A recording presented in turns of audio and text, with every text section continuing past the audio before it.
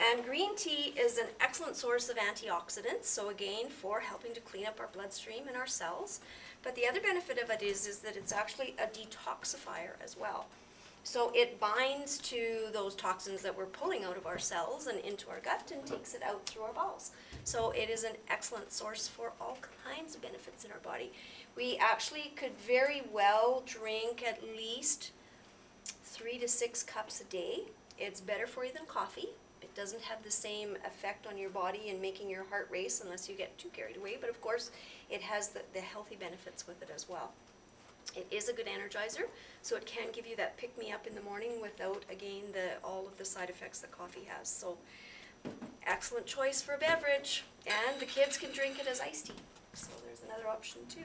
Sweeten it with a little stevia, or really this doesn't even require any sweetener at all. But I don't know if you know about coconut oil, but it actually can help increase metabolism, has all kinds of other health benefits to it too.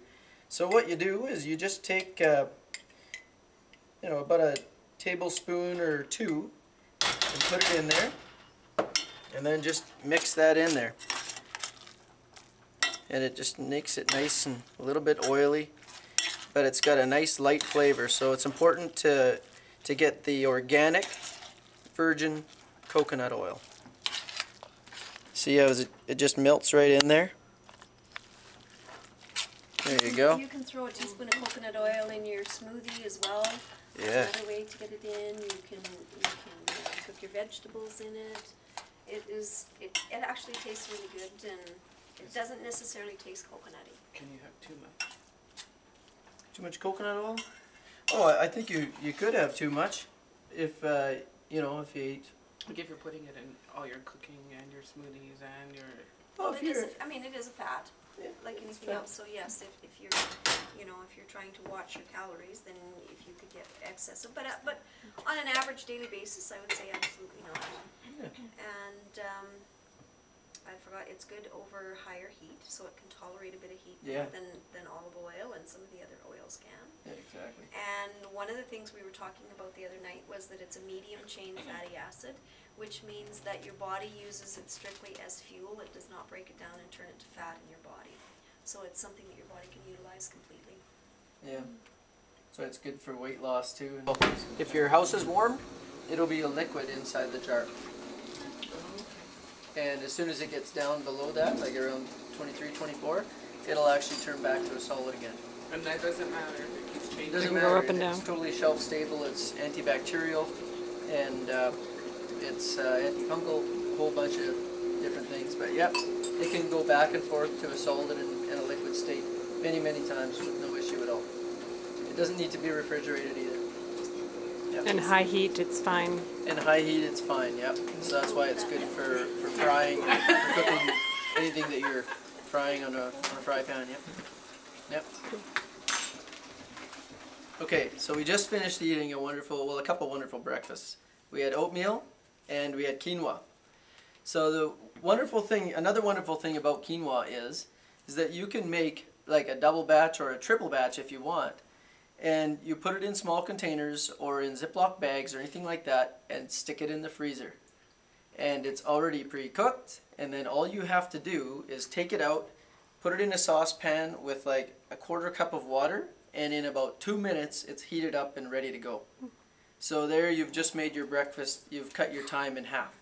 So that's the beauty about quinoa. Alright, it just makes it quick and easy.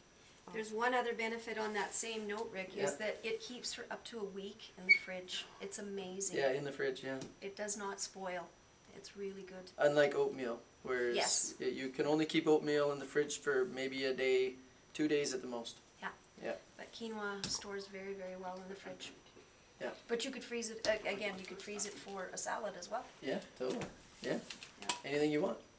Kim? Now, I brought some information for you today about organic versus non-organic vegetables and fruits, and I have one here for everybody so you can just help yourselves. But I'm a big proponent. A lot of the information that I get about detoxification, information about cellular health and all that kind of stuff is from Dr. Walter Crinion's Clean, Green, and Lean. This is an excellent book in learning all about all about how to detox your body, and it's a simple method of doing things. Very good. And he says the more that we clean out ourselves, the more that we clean out the fat, and so we get the benefit of weight loss along with that as well. So in there, he talks about buying organics, and we talk about the Dirty Dozen. So these are foods that in non-organic form are still laden with pesticides, and so that is a concern for us, especially when we're feeding our children, because they have smaller bodies, and so they're much more easily contaminated than we are as adults. It's not enough that we get pollution from breathing the air that we breathe and all of the things that we're exposed to. We need to be watching that our food is as clean as we can afford to make it, right? So there's options here, and that's why I mentioned afford.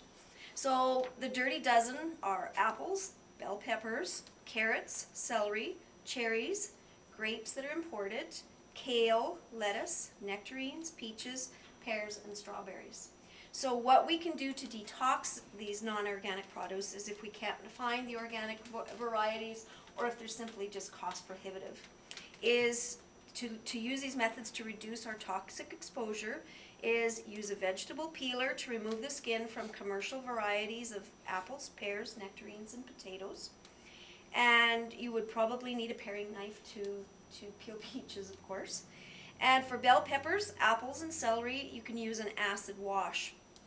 And an acid wash is filling a large bowl or a plastic food storage container with water, add a cup of distilled vinegar, and let the produce rest in the tub for 10 to 25 minutes, then use a vegetable scrub brush to scrub each piece for about a minute.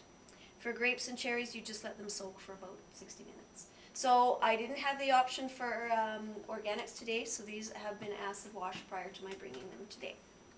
The Clean Dozen, and what this means is these are foods that don't absorb the pesticides as readily as others, and so these are considered foods that you don't have to go out and specifically look for an organic variety. And they are asparagus, avocado, cabbage, eggplant, kiwi, mangoes, onions, papayas, pineapples, sweet corn, sweet peas, and watermelon.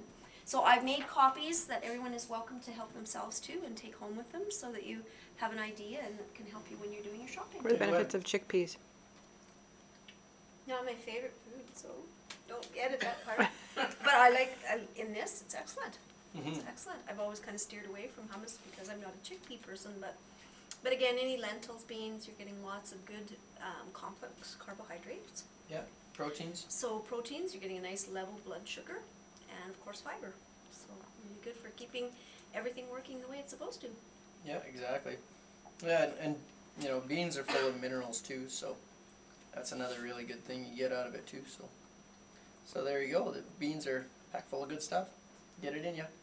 The introduction of sugar into lives at a young age, and refined sugar in particular. We seem to think that we offer treats to our children in the form of suckers and French fries and cake and ice cream and cookies and all those things at a very young age, and we seem to do a lot of bribery, behavior bribing and stuff around those things. And unfortunately, what happens is they develop a palate that is very needing of sugar if that happens. Babies, you know, under 2 really should have no exposure to refined sugar whatsoever so that they don't develop that palate. And so Rick and I were kind of talking about it. You know, you go to a mall and I almost shudder to see the little ones in a high chair sitting up to the table, and they either have a sucker or a French fry in their hands, and you know, the parents think, well, if they, you know, if we're having a treat, they should be having one too. But those are not the kind of treats we want to teach our children to learn to like. And if their treat is a raw vegetable or a fresh fruit, and that's all they're ever exposed to at those young ages, they won't develop the palate for sweetness and sugar that those of us who were raised on that kind of thing now struggle with our weight and our candida issues and all of those things because we are so sugar addicted. And so I just want to mention these are the types of things that you want to expose your children to at a very young age because they're so good for them. They're nutrient dense, they help their growing bodies, and it helps them to not develop that taste for refined sugar treats at a young age. Very important. Absolutely. So yeah, using, as Judy was mentioning a lot, using the raw cacao powder is a good way to do it because it's raw, so it maintains all the good enzymatic activity and all the beneficial qualities of the raw chocolate bean. It's actually the most magnesium-dense food on the planet, according to a lot of different studies. So it's really good for your intestinal health, it's good for your muscles, it's good for your heart.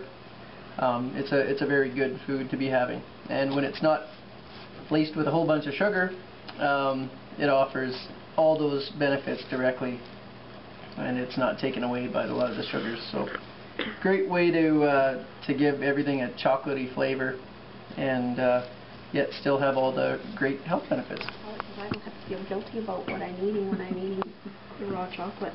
You got that right. And as a colon hydrotherapist, I know the benefits of magnesium in our diet for keeping us regular as well as all of the muscular benefits from it. So really an important part of our good health. Right on.